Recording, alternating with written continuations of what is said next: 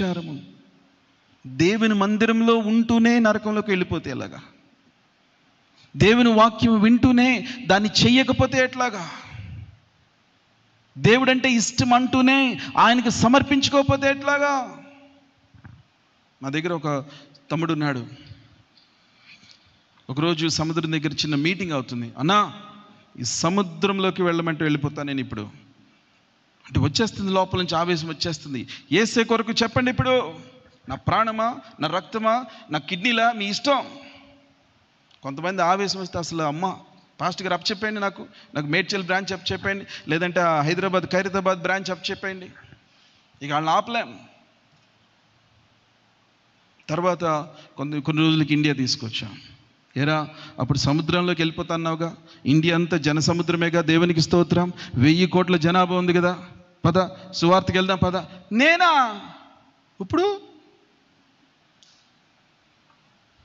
నీకు అర్థం కాలేదన్నా? అంటే నాకు అంత ఇష్టం అని చెప్పడానికి అలా చెప్పాను అంతే.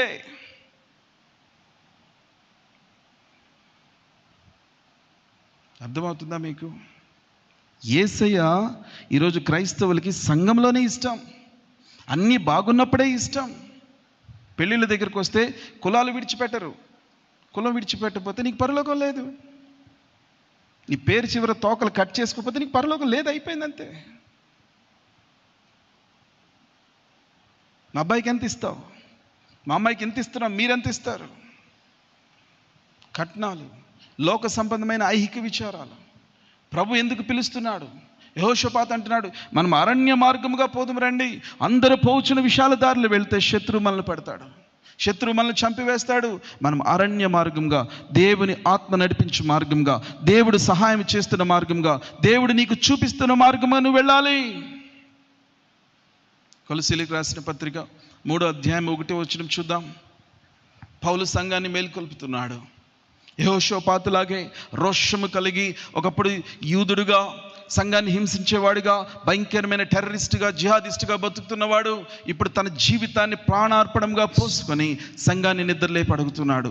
కొలసీలకు రాసిన పత్రిక 3వ అధ్యాయము, మీరు క్రీస్తుతో కూడా లేపబడిన వారైతే పైనున్న వాటినే వెదకుడి. పైనున్న వాటినే వెదకుడి. హల్లెలూయా, హల్లెలూయా. ఈనాడు కొంతమంది యవ్వన బలమైన రోషము కలిగిన దైవ సేవకులు టీవీ ముందుకు వచ్చి, అన్నా ప్రవీణ్ గారిని వేసేసారు, ఇలా కుదరదు, మనం కూడా చిన్న చిన్న చైన్లు, కత్తులు, కటార్లు కారుల్లో పెట్టుకోవాలి, మనం కూడా సిద్ధపడాలి, మనం కూడా ఆవేశంగా ఉండాలి, మనం కూడా దెబ్బకి దెబ్బ తీయాలి. ఆహా, సౌలుని ఎందుకు మర్చిపోయావు యవనస్తుడా? తన ఒంటి బలముతో, సైన్య బలముతో, అధికార బలముతో, ప్రభుత్వం ఉందని చెప్పి కాగితాలు తీసుకొని, తాకీదులు తీసుకొని, యెరూషలేము మొదలుకొని దమస్కస్ వరకు నేను వారిని చంపుతాను, వారిని నాశనం చేస్తాను, గర్భాలు చీల్చేస్తాను, వారి దేవుళ్ళు లేకుండా చేస్తాను, వారి మందిరాలు తోసేస్తాను, వారి ఇళ్ళని బుల్డోజర్లతో పడగొడతానని సైన్యాన్ని వేసుకొని తిరుగుతున్నాడు సౌలు. అప్పుడు ఆల్రెడీ స్టెఫెన్ అనే యవనస్తుడు దారిలో దొరికితే చిత్రవదగా కొట్టి చంపేశారు. అదే సౌలుని, నాయనా నువ్వు తప్పు మార్గంలో ఉన్నావు, యవనస్తుడా, క్రైస్తవులను చంపొద్దు, క్రైస్తవులకు వ్యతిరేకంగా ఆలోచించడం దేశానికి క్షేమం కాదు. క్రైస్తవులు వానపాము వంటి వారు, విషము లేనివారు, పగ కోపం లేనివారు క్రైస్తవులు.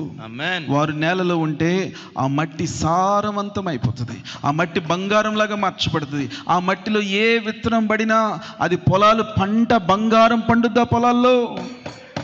చివరికి అదే వానపాముల్ని కసిగా కూరలు గుచ్చి ఇతరులకు ఆహారం వేసిన ఆ వానపాము ఏమి చేయలేదు, ఆహారంగా మారిపోద్ది అంతే. ఈనాడు దేవుని సంఘాల్లో కూడా కొన్ని తాచులు వచ్చి కూర్చున్నాయి, గోధుమల గురుగుల్లాగా వచ్చి కూర్చుంటున్నారు. మీకు తెలియదు పాస్టర్ గారు, వాడు నన్ను ఒక్క దెబ్బ కొట్టాడు, నేను కనీసం 2-3 అన్నా కొట్టందే నేను అసలు నిద్రపోలేను, చచ్చిపోయినంత పని అయిపోతుంది నాకు, అనవసరంగా బాప్తీసం తీసుకున్నాను, అసలు నా సంగతి మీకు తెలియదు. సేవకులు విచ్చలవిడిగా మాట్లాడుతున్నారు. సైన్యాన్ని, ఆయుధాలను ధరించిన సౌలే వాటన్నిటిని పక్కన పెట్టి ఒక మామూలు మనిషిగా మారిపోయి ఎవరిని చంపుదామని వచ్చాడో అదే అననీయ పాదాల యొద్ద మోకరించి బాప్తీసం తీసుకొని కళ్ళు స్వస్థత పొందినవాడై పరిశుద్ధాత్మను పొందుకొని సంఘాన్ని నిద్రలేపుతున్నాడు.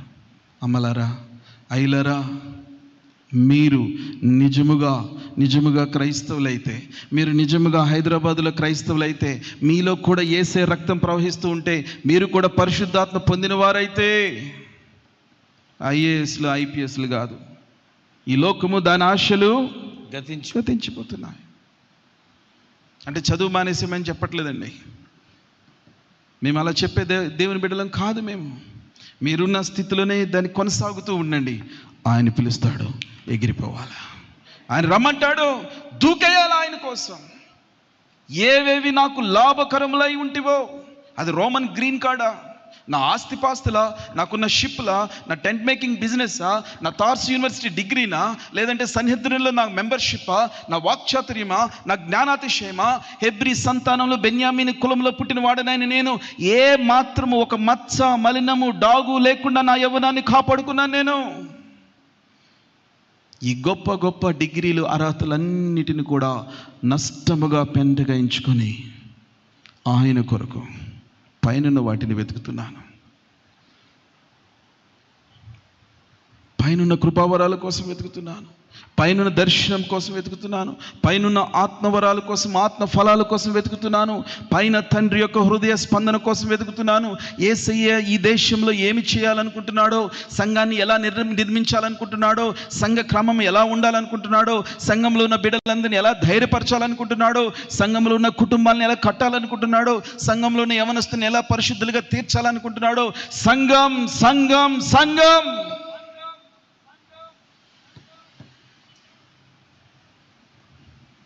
ఒక పిలుపునిస్తున్నాడు కొలసీలకు. కొలసీలని కనీసం ముఖాముఖిగా కూడా చూడలేదు. తాను చెరసాల్లో ఉన్నాడు. ఎపప్రవల్లో వచ్చిన ఒక మంచి ఆ వార్తను చేపట్టి వారికి లెటర్ రాస్తున్నాడు. ఇదిగో మీ పాస్టర్ గారు మీ గురించి చాలా గొప్పగా చెప్తున్నాడు, మీరు చాలా భక్తులని చెప్తున్నాడు, మీరు సమస్తాన్ని విడిచి వచ్చారంట, దేవుడే కావాలని వచ్చారంట, దేవుని కోసం బ్రతుకుతామని విశ్వాసులయ్యారంట, దేవుని మందిరానికి ధైర్యంగా వస్తున్నారంట. మీరు నిజముగా క్రీస్తుతో కూడా పునరుద్ధాన అనుభవంలో ఉంటే, తిరిగి లేచిన వారైతే మీరు ఏమి వెతకాలి? పైనున్న వాటిని వెతకాలి. మనోళ్ళు ఏం వెతుకుతున్నారు? సాక్ష్యాలు వెతుకుతున్నారు, ఫుటేజ్లు వెతుకుతున్నారు, కెమెరాలు వీడియోలు వెతుకుతున్నారు. ఏ విధము చేతనైనా ఆ నరహంతకులు ఉరి తీయబడాలి, ఆ నరహంతకులు చావాలి. ఎవరైతే ప్రవీణ్ పగడాల కానీ, మరి ఆ గ్రహాం స్టెయిన్స్ని కానీ, మరి మరొక దైవజనుల్ని క్రూరంగా మణిపూర్లో లేదంటే అనేక స్థలాల్లో చంపారో, హింసించారో, వారందరికీ న్యాయం జరగాలి. ఎక్కడి నుంచి వచ్చారు ఈ పాములన్నీ దేవుని మందిరాల్లోకి? వానపాములు రెచ్చగొడుతున్నారు. మోకాళ్ళ మీద కన్నీరు కార్చాల్సిన బిడ్డలను, దేవుని రాజ్యం ప్రేమతో కట్టవలసిన బిడ్డలను రెచ్చగొడుతున్నారు. రోషంతో, కోపంతో, క్రోధంతో నింపేస్తున్నారు. ఈనాడు బయటికి వెళ్తే ఎవరైనా ఎర్రబట్టలు వేసుకుంటే క్రైస్తవులకు భయం కలుగుతుంది. వాడు కొట్టకుండానే భయం కలుగుతుంది. ఎందుకని? భయం పెట్టేశాడు సైతాను. ఇతర మతాల వారంటే నువ్వు ప్రేమించాలి. వాడు కొడతాడు, సరే, వాడికి సైతాన్ ఏదో చెప్పాడు, కొట్టమనే చెప్పాడు. కానీ నీ రాజు ఏం చెప్పాడు? దేన్ని వెతకమంటున్నాడు? మీరు ఆల్రెడీ బాప్తిసం తీసుకున్నప్పుడే చచ్చిపోయారు కదా. నీటి సమాధి చేయబడినప్పుడే నువ్వు భూస్థాపితం అయిపోయావు, నువ్వు లేవు కదా. 2 కొరింథీయులకు రాసిన పత్రిక 5:17 అంటాడు, ఇదిగో ఇప్పుడు ఎవడైనను తిరిగి లేచిన యేసు క్రీస్తునందు ఉన్న ఎడల, తిరిగి లేచిన పునరుద్ధానుడైన క్రీస్తునందు ఎవరైనను ఉన్న ఎడల, వాడెవరంట?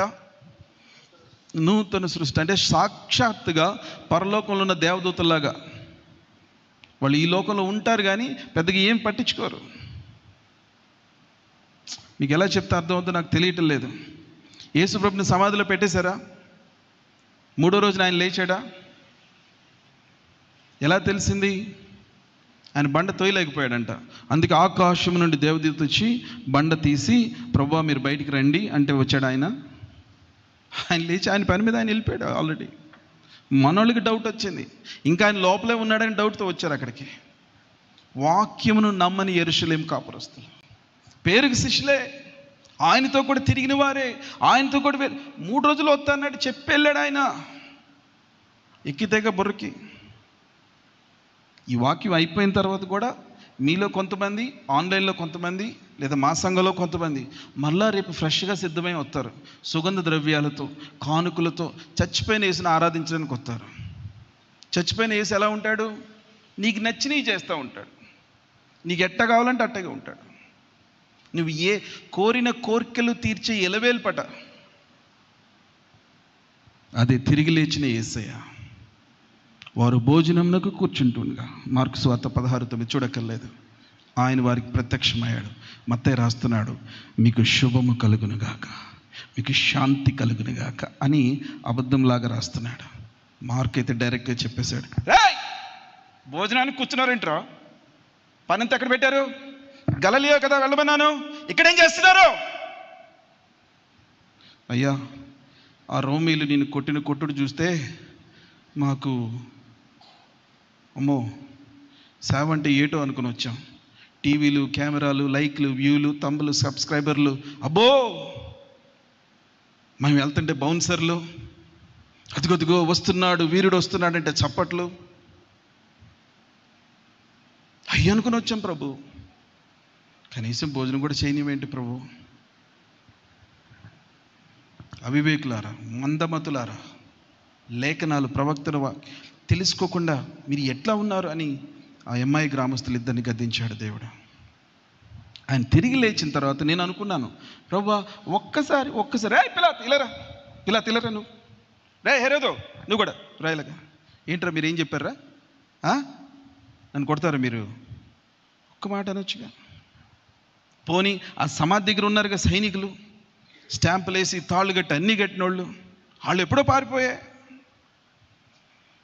యేసయ్యకి ఈ లోకంతో సంబంధం లేదు, యేసయ్య బిడ్డలకు ఈ లోకంతో సంబంధం లేదు. హల్లెలూయా.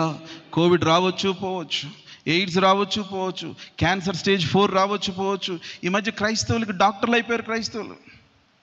పాస్టర్ గారి దగ్గరికి ఆ ఎక్స్రేలు తీసుకొచ్చి, actually brother you know what happen, you know I was sitting like this and this L3 and L4 is gone that side and that's why doctor said you don't sit like this, then you have to walk like this.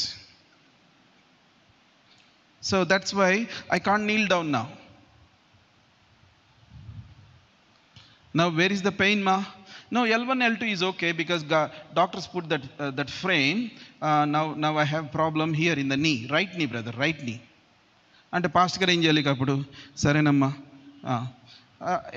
ఆ నూనె తీసుకొచ్చి pastor గారికి ఇవే అంటే ఈయన మోకరించాలి, ఈ అమ్మగారు మోకరించదు.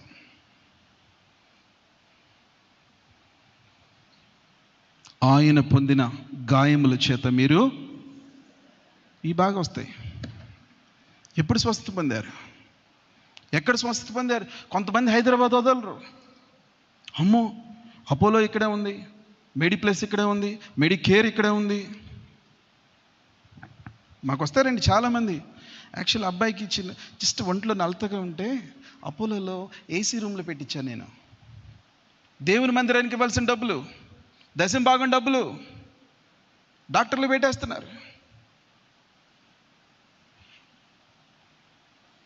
యేసయ్య వచ్చి శిష్యులను గద్దిస్తున్నాడు. వారు భోజనంలో కూర్చుంటుండగా ఏంటంట, సువార్త మానేశారట, దేవుని పని విడిచిపెట్టారట. గలిలయలో ఒలివ కొండ మీద కలవాలి ఆయన్ని. ఆయన త్వరగా తండ్రి వద్దకు వెళ్ళిపోతున్నాడు. ఇదిగో ఆకాశం నుండి మేఘములు వచ్చేస్తున్నాయి, సర్వ సైన్య సమూహాలు రారాజుగా తిరిగి లేచి అధికారమునిచ్చి సంఘాన్ని నిలబెట్టి వధువు సంఘముగా సిద్ధపడండి అని చెప్పిన సంఘం కోసం ఆయన సిద్ధపడడానికి వెళ్ళిపోతున్నాడు. మీ హృదయములను కలవరపడనీయకుడి, ఇదిగో నేను మిమ్మల్ని అనాథలుగా విడువను, నేను మరలా మీ యొద్ద ఉండుటకు నేను తిరిగి వస్తాను, నాతో ఉంచుకుంటాను. చాలామంది క్రైస్తవులకి ఇళ్ల తగాదాలు, కోర్టు గొడవలు, పోలీస్ కేసులు. నాకు కూడా చెప్తూ ఉంటారు కొంతమంది ఇరుగు పొరుగు వాళ్ళు, నీకు ఎందుకురా ఈ దేశాలన్నీ, ఆఫ్రికా అంటావు, ఎవడు ఊరు పేరు లేని దేశాల్లో తిరుగుతూ ఉంటావు, చక్కగా ఇల్లు ఉంది, పొలం ఉంది, 3 అంతస్తుల మేడ ఉంది, ఇక్కడ తిని కూర్చోవచ్చుగా. పనికి మాలిన సైతాను సలహాలు. ఒకసారి ఆడెవడో హైటెక్ సిటీ కట్టాడని ఒకే ఒక్కసారి బుద్ధి తక్కువై ఒకే ఒక్కసారి ఆడికోటేశా. 9 సంవత్సరాలు ఆకాశం నుంచి నీటి చుక్క పడితే ఓటు. అప్పుడు అనుకుంటా, ప్రభువా ఏలియా నేనా ఈడ? నేను ఓటెత్తే ఆడెక్కితే మా దేశానికి నీళ్ళు ఎందుకు లేవు? నాశన పుత్రులు. లోకంలో చాలా జరుగుతాయి, కానీ మీరు క్రీస్తుతో కూడా లేపబడిన వారైతే భోజనానికి కాదు కూర్చోవాల్సింది, లోక ఐహిక విచారాలు కాదు కూర్చోవాల్సింది. యెహోషాపాతు అంటున్నాడు, యూదా వారులారా, దేవుని మందిరంలో వేకువ జామనకుండా రాత్రి అనకుండా నైవేద్యములు అర్పిస్తూ దేవుని స్తుతిస్తూ ఆరాధిస్తున్న వారులారా, దేవుని కొరకు మీ జీవితాలు సమర్పించుకున్న వారులారా, మీరు ముందు నడవండి. యెరూషలేము కాపురస్తులారా, ఇప్పుడే దేవుని నమ్ముకున్న వారులారా, బలహీనం అంటున్నారు వారులారా, వాక్యం మాకు బాగా తెలియదు అంటున్న వారులారా, మీరు కూడా వెనకాల రండి. ఎందుకంటే యుద్ధము ఆయన చూసుకుంటాడు. ప్రవీణ్, నిన్ను ముట్టిన వారు ఆయన కనుగుడ్డును ముట్టిన వారితో సమానం. ఆ కొట్టిన ప్రతి ఒక్కడు, చంపిన ప్రతి ఒక్కడు ఒక్కొక్క పౌలులాగా మార్చబడాలి. 2 చేతుల దేవుని స్తోత్రం చెల్లించాలి. హల్లెలూయా, హల్లెలూయా. నరకంలో సైతాను కుమిలి ఆడవాలి. ఈ దేశంలో 2 కోట్ల ఆయుధాలు పంచిన ప్రతి ఒక్కడు, సౌలా సౌలా మునికోలలకు ఎదురుతని నువ్వు నిలవలేవురా, నా వెంట వచ్చాయి. అనేక మంది యవనస్తులు యేసయ్య బాట పట్టబోతున్నారు. దేవునికి స్తోత్రం, హల్లెలూయా. సంగమా, నీ ప్రార్థన ఆపొద్దు, నీ కన్నీరు ఆపొద్దు, నీ మోకాళ్ళ జీవితం ఆపొద్దు, నీ విశ్వాసం నుంచి నువ్వు తొలగిపోవద్దు. నువ్వు అరణ్య మార్గం నేను వెళ్తూ ఉండాలి. ఇదిగో తెకోవా దగ్గర నీవు లేచి నిలబడి ఒక గొప్ప శబ్దంతో దేవుని మందిరంలో దేవునికి స్తోత్రార్పణలు చేస్తున్నప్పుడు ఈ దెయ్యాలు, దురాత్మలన్నీ మనుషులు విడిచి వెళ్ళిపోతాయి. గెరాసేనుల దేశంలో, నేను ముగిస్తాను, సమయం లేదు. గెరాసేనుల దేశంలో మరి యేసే ఆ ఒక్కడి కోసమే వచ్చాడు. సేన వంటి దెయ్యాలను కూడా వెళ్ళగొట్టాడు.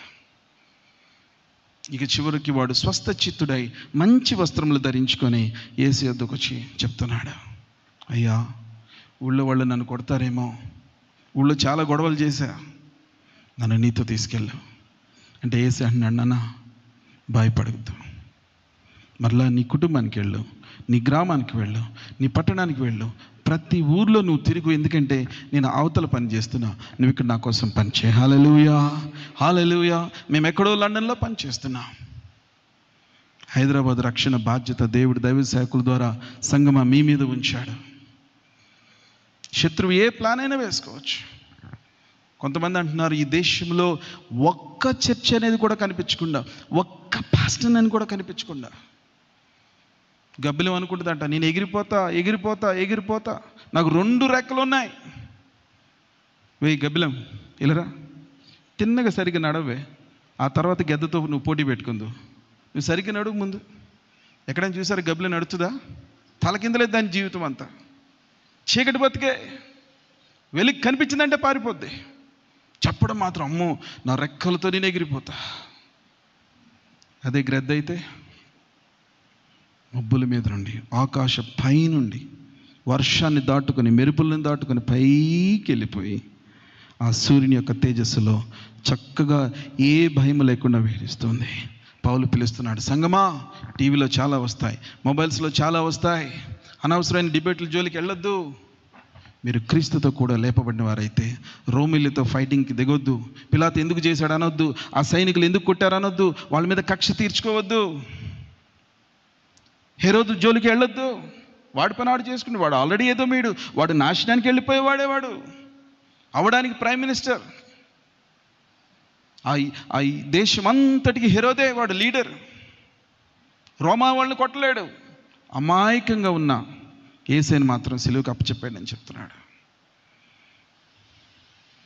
నువ్వు ఈ లోకంలో ఒకవేళ బలహీనుడిగా కనిపిస్తున్నావేమో. స్మిత్ విగిల్స్వర్త్ అనే దైవజనుడు అంటాడు, I'm 1000 times more bigger than what I look like from outside. వారిలో ఒంటరి అయినా వాడు 10 వందలగును. వారిలో ఒంటరి అయినా వాడు 10 వందలగును. ఎన్ని కాలేని వాడు, ఎన్ని కాలేని వాడు బలమైన నీ జనమగును. బలమైన నీ జనమగును. లెమ్ము తేజరిల్లుము నీకు వెలుగు వచ్చియున్నది. లెమ్ము తేజరిల్లుము నీకు వెలుగు వచ్చియున్నది. యెహోవా మహిమా నీపై, యెహోవా మహిమా నీపై ప్రకాశముగా ఉదయించే, ప్రకాశముగా ఉదయించే. లెమ్ము తేజరిల్లుము నీకు వెలుగు వచ్చియున్నది. దైవజనులు మదనపల్లి రాజశేఖర రాయ్ గారిని కొన్ని ప్రశ్నలు అడిగారు. సేవకుడు అంటే ఎలా ఉండాలి, సేవ ఎలా ఉండాలి, ఈనాటి సేవకులు ఎలాగ సిద్ధపడాలి. అయ్యో, హృదయాన్ని ఎంతగా బలపరిచాయి. సంగమా, వీరుల్లాగా, విశ్వాస యోధుల్లాగా, అపోస్తులులాగా, అపోస్తుల బోధ క్రమంలోనూ కట్టబడాలి. పైనున్న వాటినే వెతకాలి. ఈ టీవీ, మా టీవీ, నీ టీవీ, నీ టీవీ, ఆ టీవీలు మనకి కావవి. నువ్వు సాక్షి వాడుతున్నావు, ఈనాడు వాడుతున్నావు. మన పౌరస్థితి పరలోకమందున్నది. ఆయన అక్కడి నుంచి దిగి వస్తాడు. వేవేల పరిశుద్ధులతో నీ కోసం తిరిగి వస్తాడు. నువ్వు సిద్ధంగా ఉన్నావా? పరిశుద్ధాత్మను పొందుకున్నావా? కొంతమంది దేవుని బిడ్డలు మాకు పరిచర్య చేస్తుంటారు. రకరకాల స్థలాల్లోకి సేవకు వెళ్తున్నప్పుడు వాళ్ళని అడుగుతాను, నాయనా బాప్తిసం తీసుకున్నానండి. ఎంతకాలం? 10 సంవత్సరాలు అయింది. మరి ఆత్మను పొందుకున్నావా? లేదండి, నేను లైవ్ పెడతానండి చర్చిలో. నన్ను లైవ్ కుమార్ అంటారండి. నేను కెమెరాలు బాగా పెడతానండి. స్క్రీన్ మీద నేను పెడితే పాస్టర్ గారు బాగా కనిపిస్తారు. నాలాంటి బోడిగుండోడికి మంచిగా జుట్టు కనబడుతూ ఉంటుంది, నల్లోడు తెల్ల కనిపిస్తూ ఉంటాడు.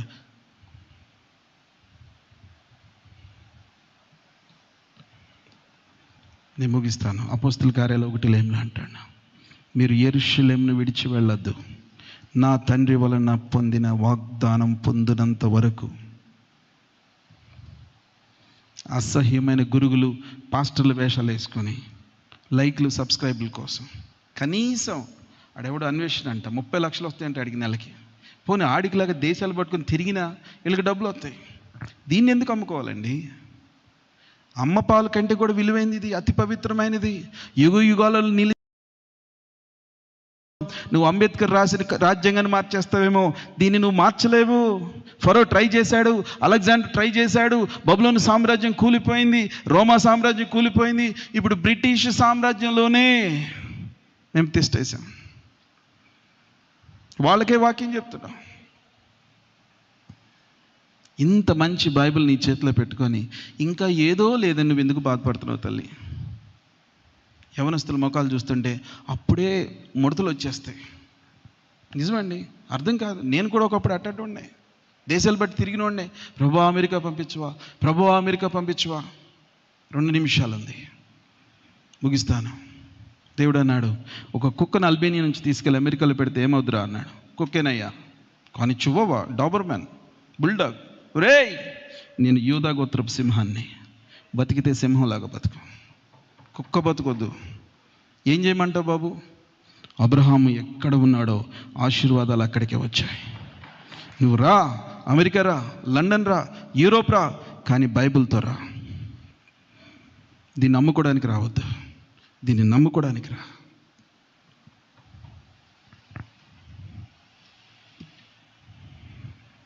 ఇంకేం చెప్పమంటారు? మీరు దైవజనుల దగ్గరికి వచ్చినప్పుడు అడగవలసింది ఒకే ఒకటి, అయ్యా పరిశుద్ధాత్మ పొందలేదు, ఆత్మ పొందినట్లు ప్రార్థన చేయండి. ఆత్మ పొందిన వాళ్ళు అయ్యా భాషల వరకు కోసం ప్రార్థన చేయండి. భాషలు పొందిన వాళ్ళు అయ్యా ప్రవచించినట్లు దర్శించినట్లు. అయ్యా నేను ఇంకా దేవుని కోసం ఏం చేయమంటారు? నా ఆస్తి అమ్మేనా? ఈ మొత్తం వచ్చేనా? చెప్పడానికి ఇంక టైం లేదు, ముగిస్తున్నాను. కనుక దయచేసి ఒకసారి అందరు తల్ల వంచండి, కళ్ళు మూసుకోనండి. ఈరోజు